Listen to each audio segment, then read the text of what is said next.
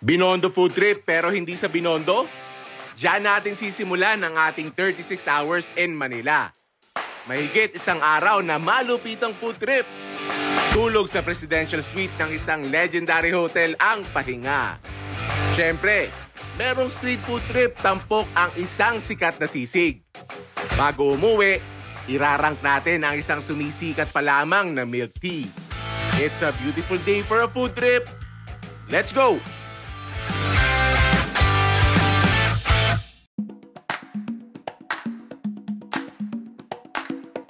Sisimulan natin ang araw natin sa Binondo food trip pero hindi sa Binondo. Dine sa The Original Chicken Pandian. Nakita ko lang sa TikTok, sabi ko parang kasarap. Sige nga, kupoy parang kasarap ng chicken. Saka rin iba nilang paninda. Kari yung kanilang history and very rich ng history nila. Nagsimula talaga sila sa Binondo. And then nag-open sila ng restaurant din sa Otis. And ngayon, ang pangalan na ay The Original Chicken Pandian, home of the original Binondo fried chicken. And yung restaurant nila, Binondo, no? If you've been to Binondo, garning-garni ang datingan doon eh. Talaga kung hindi ka titingin sa labas, makikita mo yung Otis, iisipin mo nasa Binondo ka. Ari yung menu nila, yan. So yung mga favorites mo sa Binondo, narin eh. Actually, yun ang naka-attract sa akin, yun napanood ko siya sa TikTok. Kasi meron kami lakad din sa area. Sabi ko, may napanood ako doon na Binondo food trip pa. Mapuntahan niya.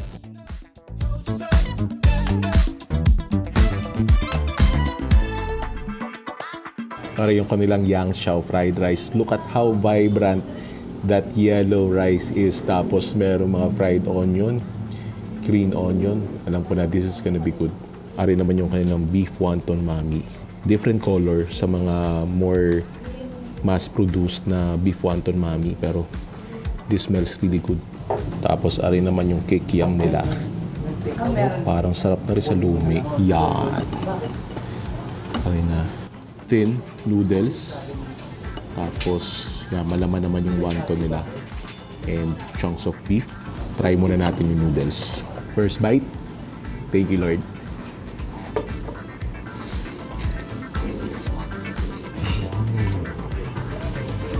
Yung noodles pa lang. Siyempre, nalasahan ko na yung broth. Ang sarap ng broth. Ang gandang addition ng fried onion. Nagdagdag talaga. And yung noodles niya, firm. Lagyan natin ng ng chili oil. And then, samahan natin ng isang chunk ng beef.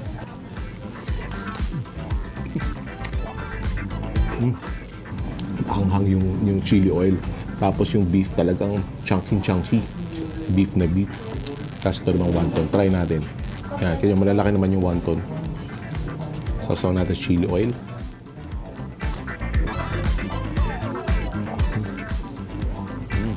Napakalasa ng wonton. Pati yung hindi siya lasang wrapper. Lasang-lasa mo yung karne. It's a good dish. Para yung half na spicy fried chicken. Meron naman silang hindi spicy. Pero syempre, we'll go for spicy. Tignan nyo naman yan, Parang napaka-crispy, And then, meron din silang crab fuyong. One of our favorite na Chinese dishes. Stuffed shrimp. Fried intestine. And isa pa excited kami matimusan. Yung oyster cake nila. Yan, kuha na tayo itong Yang Xiao. Damihan natin ng fried onion. Yan. So, may mga nakikita akong green peas. May mga shrimp. Of course, green onion. Tapos, ito kagad, fried chicken. Yan, Ito nyo, ang juicy. Ang crispy. Try natin.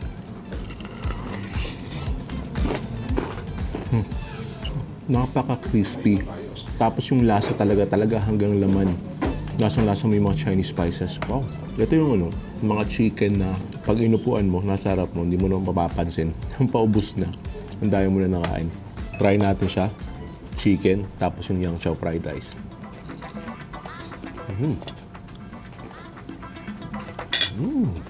Yung Yang Xiao niya, very flavorful. Ang ganda ng addition ng yung fried onion. Tapos ang dami niyang flavor component. Kasi may mga carrots, may mga shrimp. Tapos ang ganda ng pagkakasison niya. Perfect na perfect lang. Yung talagang pwede mo siyang kainin as is, pero talagang nako-complement niya so far yung mga lasa ng pagkain niya. Tapos itong spicy fried chicken, hindi naman siya super spicy.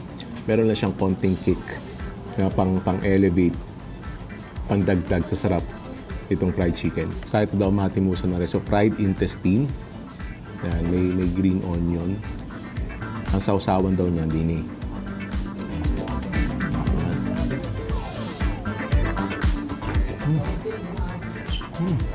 Kita niyo yung mukha ko na yun, yung medyo nagulat.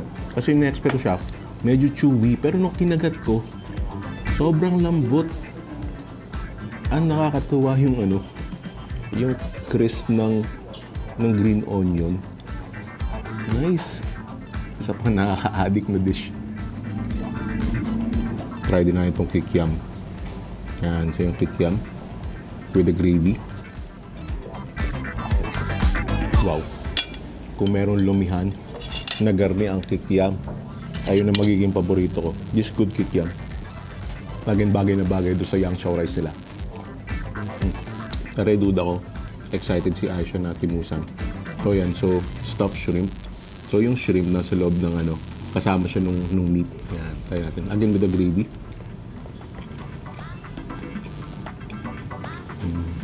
Very meaty flavor. Tapos crispy yung labas. Ito yung mga ito yung talagang pang yang chow rice na na ulam. Well, actually lahat naman ng natimusan ko so far din pang yang chow. Pero rin talaga kasi dry siya eh. Sarap yung yang chow. Rin naman yung crab fuyong. One of our favorite na Chinese dishes. So crab meat tapos served omelette style. I'm seeing green onion, carrots.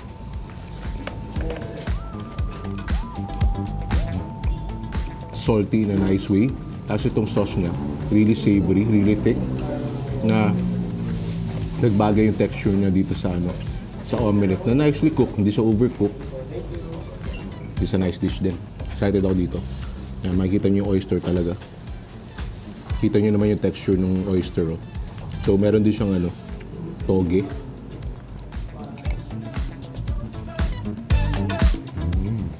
Lasang-lasa mo pa yung dagat. Masarap siya with hot sauce. Try natin with the hot sauce. Tapos, eto ang iyong panapos, yung kanilang black gulaman with lychee drink. Ito yung panulak mo. Yan, may pahabol, kalderetang beef ribs at adobong glitid ng baka ko. Ang isa sa mga paborito kong parte ng pares, ginawang adobo. Sarap niya. Grabe naman pagkasarsa nila. Tapos, adobong litid. Try muna natin itong kalderetang beef ribs. Lagyan natin ng sarsa.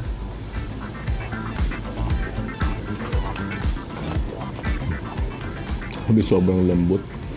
Tapos yung pagkakaldereta nyo, hindi siya yung typical na Pinoy kaldereta. May mga dinagdag na flavor dyan. It's not like any kaldereta you've tried before. Ito naman, adobong litid. Yung adobo niya, tamis ng konti. Tapos yung litid, medyo chewy.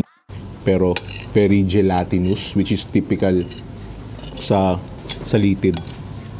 So if I had to rank yung top 5 na dishes na na-try ko dito sa the original chicken pandian,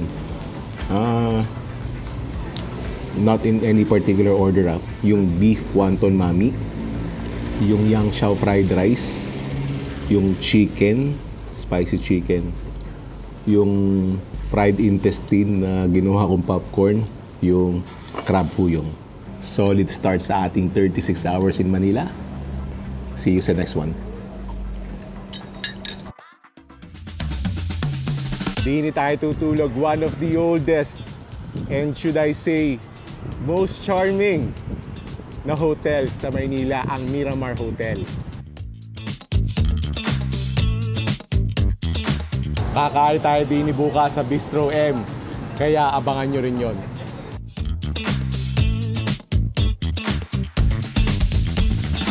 Sila yung may-ari noon ng Miramar no apartment building pa lang sila. O kapupugi ah. Just to give you an idea kung gaano nakatagal at ka-historic ang Miramar Hotel. Dati siya considered na skyscraper. Ngayon hindi na. Pero nung panahon na yon, skyscraper na yan.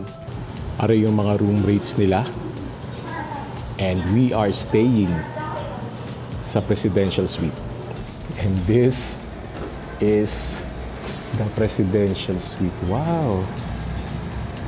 Nice! And yung bedroom niya, makikita mo medyo luma yung bed frame, luma yung mga wallpaper, luma yung mga artwork, luma yung vibes, pero that adds to the appeal ng Miramar Hotel. At yung bathroom nila, alam mo na newly renovated. Ito, very modern yung mga fixtures nila. And meron din mga modern conveniences, shampoo, conditioner, may robe, may slippers. Yun Menjola. My home nung college days. See you fellow Bedan sa Araneta. Araneta Coliseum tayo, Game 2 ng Final Four. Kape muna at himatlugi na. Magkakape lang sana ako, kaso nakita ko ring Mont Blanc cheesecake bago rin sa aking paningin, sa aking pandinig. Try natin. First bite. Thank you, Lord. Nice. Para siyang chiffon na cheesecake. Tapos my favorite coffee of all time. Try nyo to. Pag gusto nyo nung may tapang pero may tamis. Brown sugar iced shaken espresso. Sobrang panalo nito. Yan, magigising na ang diwa. Ready na mag-cheer for San Beda.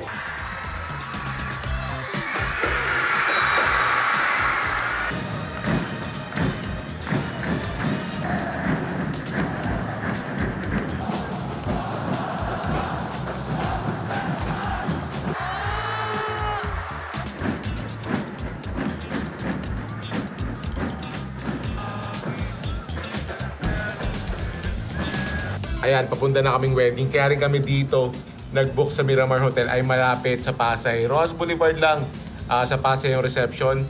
Nice location ng Miramar Hotel. Yun, naatid naman ng wedding reception at pa-party.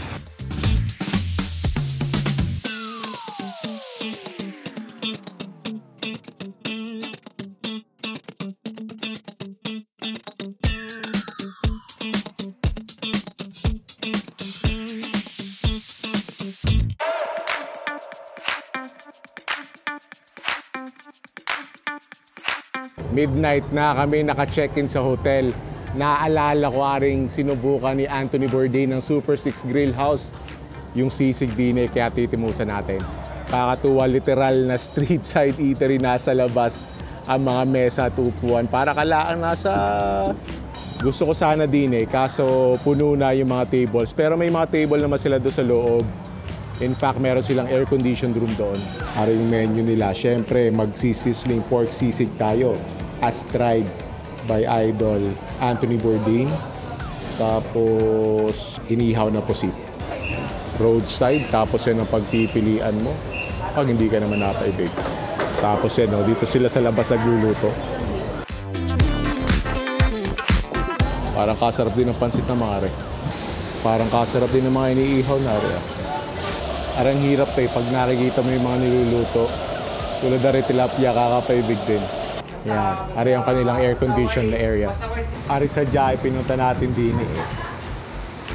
Sisig.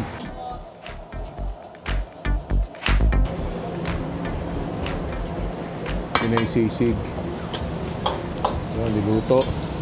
Ilagay ng mantikilya ang seasoning plate. Ilalagay na yun dyan. Yeah! At that!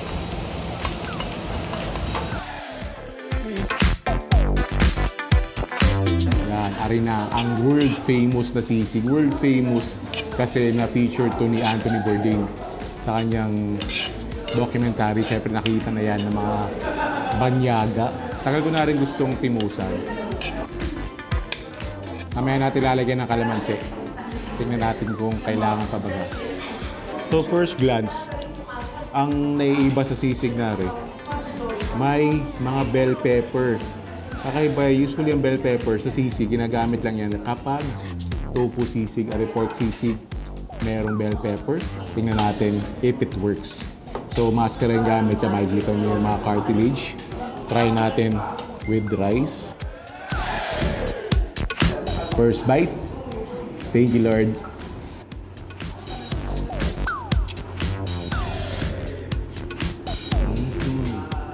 Really fatty flavor, salty. Tapos yung bell pepper, nagdadagdag ng konting sweetness, saka konting crunch. Tapos yung egg na medyo malasado adds texture. Tapos madaming sibuyas that adds to the flavor. Panalong sisig to. Ari naman ang inihaw na pusit. Ari naman ang inihaw na pusit, syempre. Ulo agad tayo. Tapos ito, meron silang sausawan dito.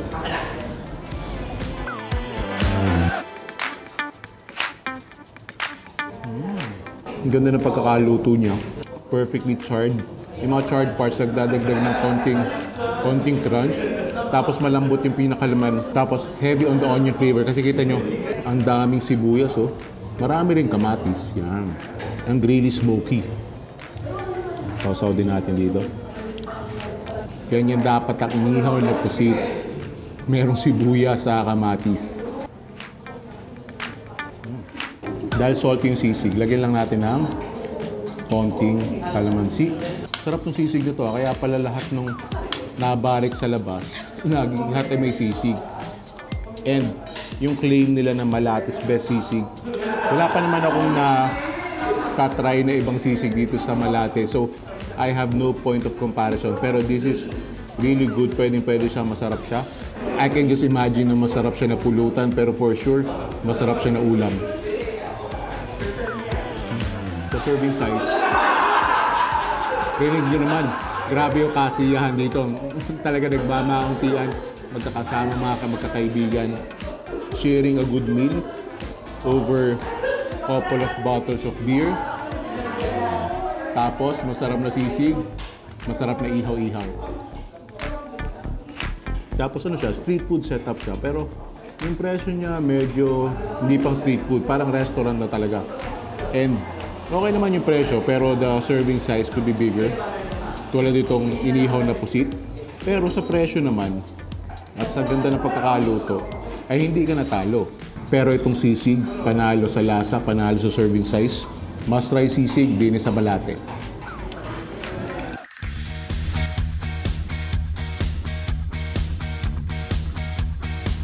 Ayan, syempre part ng hotel experience, yung hotel breakfast. And looking at what's in front of us, lalo na ito, daing na bangus. Alam nyo naman, paborito ko ang daing na bangus. So yung breakfast nila, they serve all-day breakfast. Ito mga Pinoy nila, ito mga tapsilog, tosilog sa atong daing na bangus, 350 pesos.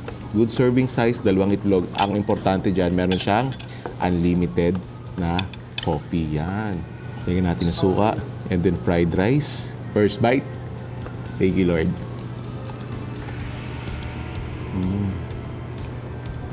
Ganito yung mga gusto kong daing na bangus.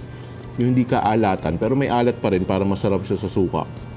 Tapos flaky, and then crispy yung balat. Yan, ganyan na ganyan. Kung ito naman ang gigising sa'yo, ay good morning sadya. Kahit nasa Maynila tayo Batanggenyo, sasabaw tayo ng kape. Kaya importante sa akin itong unlimited na brewed coffee. Yung flavor profile ng tapa niya, almost like salpikaw na. May pagka-salty ng konti, savory, again, masarap with the suka. Try na rin natin itong tocino. So lahat ng mga breakfast favorites nyo narin sa Bistro M, Miramar Hotel. Sweet tocino, tapos ang ganda pagkakaluto. Gusto ko sa tocino yung may mga ganyan yung may mga konting tostado ng konti para malambot yung tocino tapos crispy yung edges. Sarap nun. Tapos yan, so may international breakfast sila. Ito naman ay 450.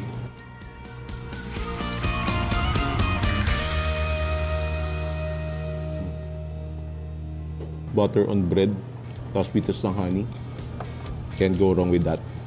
Tapos meron din silang for protein, may kasama naman na egg sa corned beef. Tapos yung corned beef merong patatas. So very filling din yan. Tapos kaya pala yung bread nila, yung alam mong hindi siya mass-produced. Kasi sila pala yung gumagawa ng bread talaga nila. Sorry naman, saka nakatala niya sampalok shake. Ngayon lang ako nakakita at ngayon ako makakatikim ng sampalok shake. So dito sa sampalok shake, ang malalasahan mo na dito, kasi di ba yung sampalok, maasim saka matamis dito, yung medyo matamis na part na ng sampalok. Yung matitikman mo, sarap nito. Tapos may garnish pa na sampalok talaga. Ayan, Tagalipa pa pala ang nagtimpla ng aking sampalok shake. Shoutout idol, sarap ng sampalok shake mo Tapos ito palang Miramar Hotel, yung kanilang Bistro M. Hindi lang sila breakfast yung sinaserve nila. So yan, so pwede rin kayo dito kumain. Halimbawa, may appointment kayo sa US Embassy or kababa nyo lang ng airport or may lakad kayo kahit saan linis sa Rojas Boulevard, pwede kayo mag-stop over dito. Dito kayo mag-lunch, mag-meeting. Yan. Try natin yung soup nila, napaka-creamy. Kung gaano ka-creamy yung itsura niya, gano'n na gano'n yung lasa niya. Parang soup na kasarap isabaw sa kanin. Tapos may salad din sila. So ito yung kanilang oriental salad. Yung dressing niya, medyo sweet. Tapos may added sweetness ng mangga. And then yung vegetables niya kahit drenched na sa dressing, very crisp pa rin. Ito naman yung chicken nila.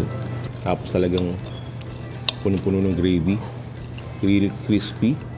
Tapos pinound siya, so thin. Grabe, this is really nice decision. Perfectly salty. Tapos ang sarap ng gravy nila. Kailangan ko ng kutsara kasi kailangan kong yan. Sarap ng gravy. Yung gravy niya parang pang steak. Sarap ito sa kanin. So yan, meron din silang salmon. Tapos may naka-garnish na salmon skin. Ubusin ko kaya to. Napapailing si Aisha huwag ko daw ubusin. Yan. Wow! Yan, ganyan ang magandang luto na salmon. Yung pink pa rin yung loob. Tapos yung labas, perfectly pan-seared. May added texture yan. Ito may vegetables. So may bell pepper, onion, talong. Sobrang hilig ko rin sa salmon. This is something that I would get. Crispy salmon skin. Siguro sa 10 times nakakain ako dito, 5 of those times itong salmon ang kakainin ko. Yan, sa unang tingin, nakala nyo, pesto to. Well, technically, pesto pa rin siya, pero hindi basil yung gamit niya. Kangkong ang gamit niya. Yan. Kahilig ko din sa kangkong. So, bukod pala sa adobong kangkong chips, pwede rin siya sa pasta. Try natin. Hirap i-describe itong dish na to. Kakaiba, pero parang mas gusto ko na kangkong ang gamitin sa pesto kahit sa kesa sa basil. Harap nito So, hindi siya mapait. Hindi mo naman lasa yung dahon ng kangkong. Pero, there's knowing na kakaiba yung kinakain mo. Tapos sama mo siya ng calamari. So far gusto ko yung timpla ng mga chef ng Bistro M. Tamang-tama lang sa akin yung alat niya. Tapos ang ganda lagi ng luto nila. Anything fried, ang ganda lagi ng luto nila. Tamang-tama yung pagka-crispy. Tapos hindi tumitigas yung karne, yung pinaka-protein. And then again, nice season. Itong dish na to makes me wonder kung bakit nga ngayon may nakaisip ng kangkong ang gamitin. Tapos hindi siya super oily tama-tama lang. Ayan, so ito naman ay pinakbet rice. So mag-healthy tayo ngayon. Huwag nyo napansinin yung lechon kawali. Basta healthy dish yan. I stand by that fact na healthy dish itong kakainin natin na to. Huwag nyo napansinin yung lechon kawali na yan. Basta tayo ay nagpipinakbet rice tayo. Parang first time ko rin nakaya-experience ng pinakbet rice. So may mga sitaw, kalabasa. Tapos ang ganda ng kulay, oh, parang kimchi rice. Sarap ng pinakbet rice. Actually, kahit yung pinakbet rice lang, panalo na. Pinakbet rice na, tama-tama lang yung pagkaalat, walang pait. Medyo may tamis ng konti. Tapos ang ganda ng pagkakaluto ng kanin, no? Kahit ito lang ano eh, pinakbet rice eh, kahit wag ka na mag-lechon kawali. Pero ba't mo naman gagawin sa sarili mo yun? May masarap na lechon kawali, di mo kakainin. Tapos yan, kape Bicolano. Frothy and milky. Sorry yung take nila sa kare-kare. So crispy kare-kare, may lechong kawali, maraming gulay, and look at that sauce. Really thick, really creamy. Are nung una akala ko lechong kawali kasi ito yung una ko nakita. Tapos nakita ko rin knuckles na rin. Ari pala ay crispy pata na kare-kare. Yan, yun yung taba agad. Lagyan natin ng konting sauce. Siyempre, kailangan yan with rice. Crispy skin. Dahil crispy pata siya, gelatinous. And malambot yung taba. Try natin itong laman. Tapos yung kare-kare sauce niya, heavy on the peanut flavor. Bagay talaga dyan na lagyan itong alamang. Tapos lagyan natin ng gulay. So may kare-karing gulay din sila. Pero kung mahilig ka naman sa crispy pata, yan na lang. Na-enjoy mo pa best of both worlds. May kare-karing gulay ka na, may crispy pata ka pa. Try natin with alamang. May mga kare-kare kasi na yung sauce niya, hindi na kailangan ng alamang. Ito, the best with alamang. Pwede pag kumain kayo dito, pwede ito pag pag may balikbayan kayo, dito nyo dalhin. Kasi malamang pag matagal na silang wala sa Pilipinas, ang alam nilang kare-kare, yung oxtail, yung tuwalya, gulatin mo sila. Serve mo ng crispy pata kare-kare. Yan, isa pang kakaibang dish, sisig pasta. Siyempre, alam niyo naman, magsisisig ako. May pala siya, oh. May cream-based na sauce din. Akala ko yung mantika lang sisig. Yun na saan eh. So yan, so na rin siya talaga, pasta on its own. Tapos ginawa lang toppings yung sisig. Alam niyo ako, I'm big on contrast. Contrast ng texture, contrast ng flavor. Ang ganda ng contrast ng texture ng creamy yung pasta. Tapos crispy tong sisig. I guess that's why Manila sisig works. Yung sisig tapos may mayonnaise kasi yung creamy saka yung crispy. Ito naman yung cream-based sauce niya. Bagay na nagko-complement doon sa texture ng crispy sisig. Yung sisig maganda na nag-remain siya na crispy. And then yung sisig niya, may anghang . So una hindi mo malalasahan yung anghang kasi na-overpower nung creamy na pasta. Pero later on, dun lalabas yung anghang ng sisig. So ito talaga every bite po as you chew along, talagang iba't ibang flavor, iba't ibang texture ang nalalasahan mo. Ito naman, again, another offering na perfect sa mga balikbayan. Yung mga namimiss nila yung suman, yung mga luhalo, pwede itong dessert tower na to. Ito yung suman nila. Their take on the suman, so may mangga, tapos may dulce de leche sauce. Very, very addicting. May din pala siya. So may leche flan din pala siya. So ito, lahat ng paborito mong Filipino dessert nasa maliit na baso na to. Ito dapat talaga for sharing Kaya kita nyo naman yung mga dishes nila, mga for sharing. So talagang perfect siya for families, for groups. Even yung dessert tower nila for sharing Daming variety. Pwede nyo pag-share. Wow, really sweet. Are akala ko Shanghai. Pero para ay halo-halo turon. So halo-halo inaturon. Yung sweet and savory treat.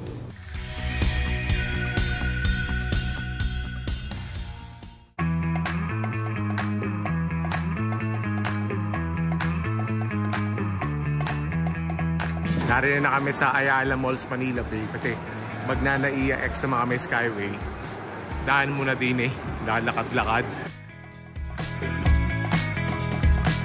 Akalain mong din pa magpapakita ang Tan family.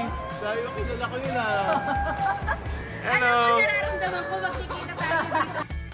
Sabi ko yung maglalakad-lakad lang. Di na ako dinala ng aking mga paa. Buti ito na ako natitipuhan. Pa sa gastos. Tagal na namin hindi nakakapag-milk tea at tare. Bago sa aming pandinig, Lucky Dragon Pearl Milk Tea. At mukhang masarap, try natin. Ang location niya, di nilang ay this is Chinatown sa 3rd floor. Katapat lang ng time zone.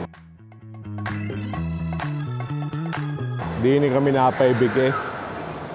Ari yung nakita natin sa poster, brown sugar with pearl, milk tea and cream cheese. Order tayo niyan. Tapos, ito, try natin to blueberry.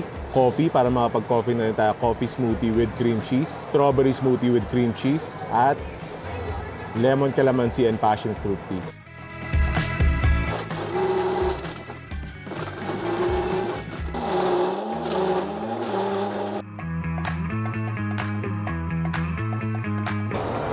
Yun, tinapingan pa.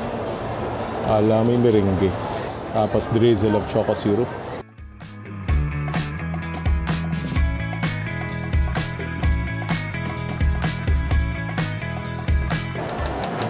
Nilagyan na ng cream cheese.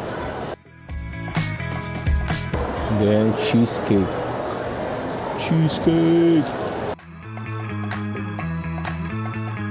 Kasi sinimulan natin ang vlog na to ng Binondo food trip. It's just fitting to end it with the Lucky Dragon Pearl Milk Tea Taste Test. Karamihan ang buibili sa kanila mga takeout. Buibili dito tapos lakad-lakad sa Ayala Malls.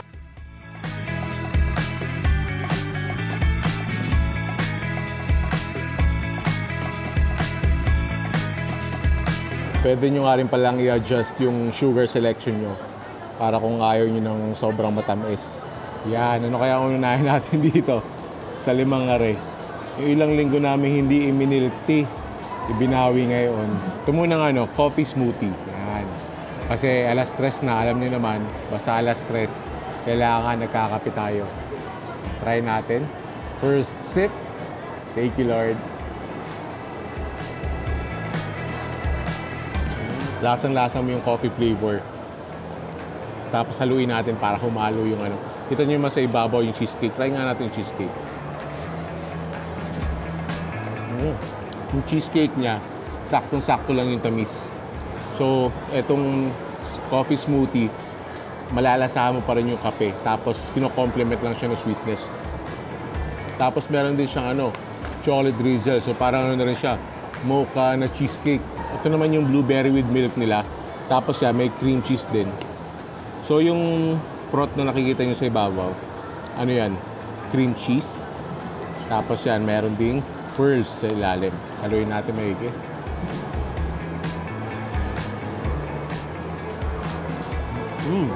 Yung pearls niya, yung tamang-tama lang yung pagka-chewy. Kasi syempre gusto natin sa pearl yung malambot. Pero gusto natin yung may pag-konting chewy din.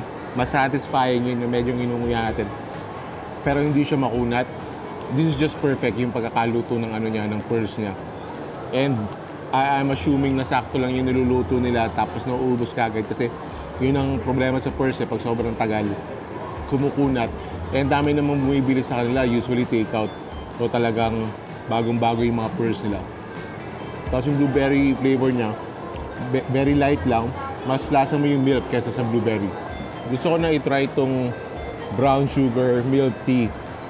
Tapos meron pang cream cheese. Kaso tingin ko ito yung magiging favorite ko. So, save the best for last tayo. Ito naman muna strawberry smoothie. Meron din cheesecake sa ibabaw. And kita nyo yung beautiful swirl of cheesecake. Haluin natin maigi. Just like with the blueberry, very light lang yung flavor ng strawberry. It's milky, tapos sweet from the cheesecake. Tapos very refreshing siya. Kung ayaw niyo naman sa milk tea, huwag kayong mag-alala kasi meron din sila nito. Passion fruit, lemon, and calamansi. And this looks like a healthy drink. Tingnan natin kung refreshing. Tapos tingnan natin kung nalagyan siya ng konting tamis to complement the sourness nung lemon sa calamansi. Ang nag-i-stand out dito yung flavor ng passion fruit. Tapos may konting sourness. from the lemon and calamansi. Yung medyo medyo mapapa sour face ka. Pero masarap, lalo na with the passion fruit. Really healthy and refreshing drink. Rin na ang dahilan kung bakit kami nasa Lucky Dragon Pearl Milk Tea. Ang brown sugar with cream cheese na milk tea.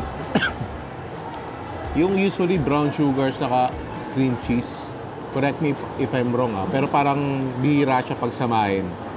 Eto, magkasama siya dito. Try natin. Malambot yung pearls. Tapos surprisingly, hindi siya ganun sobrang tamis. So don't be afraid na pag ininom nyo to, sobrang tamis siya. Matamis pa rin siya, which is what you're looking for kung ang order mo ay brown sugar na milk tea. Pero tama-tama lang yung tamis. You don't have to, if you're not watching your sugar, di mo na kailangan bawasan yung sugar content. This is just perfect. Kasi ako, usually nagbabawas ako ng personal preference. Ayoko nung sobrang tamis. So usually binabawas ako yung sugar. Ito, tamang-tama lang. Tapos yung addition ng cream cheese, it added a creamy texture. Overall, nice milk tea. Ngayon, parang hirap nitong 5 na to If I have to rank, third place, etong coffee smoothie, third place. And then second place, aring passion fruit, lemon and calamansi. And first place, yung brown sugar milk tea and cream cheese. Ito maganda din Yan, iba't ibang variety. So ito smoothie, ito passion fruit, lemon and calamansi, ito milk tea. So I guess depends talaga what you're looking for. Kung naghahanap ka kung sa nakakaibig, kung nakakaibig ka sa milk tea, sa smoothie, or sa fruit tea, kahit ano meron dito sa Lucky Dragon Pearl Milk Tea. Pwede nyo i-try bawat variety. Let me know sa comment section kung ano yung na-try nyo at naging paborito nyo. Thank you for joining me on this 36-hour food crawl. Meron ba kayong suggestion kung saan ako mag-food crawl next? Let me know in the comment section. That's it for today's vlog. Thank you for joining me. Sana nag-enjoy kayo. And if you did, make sure to click on the subscribe button and notification bell and watch me right here. Thank you for watching. I'll see you in a bit.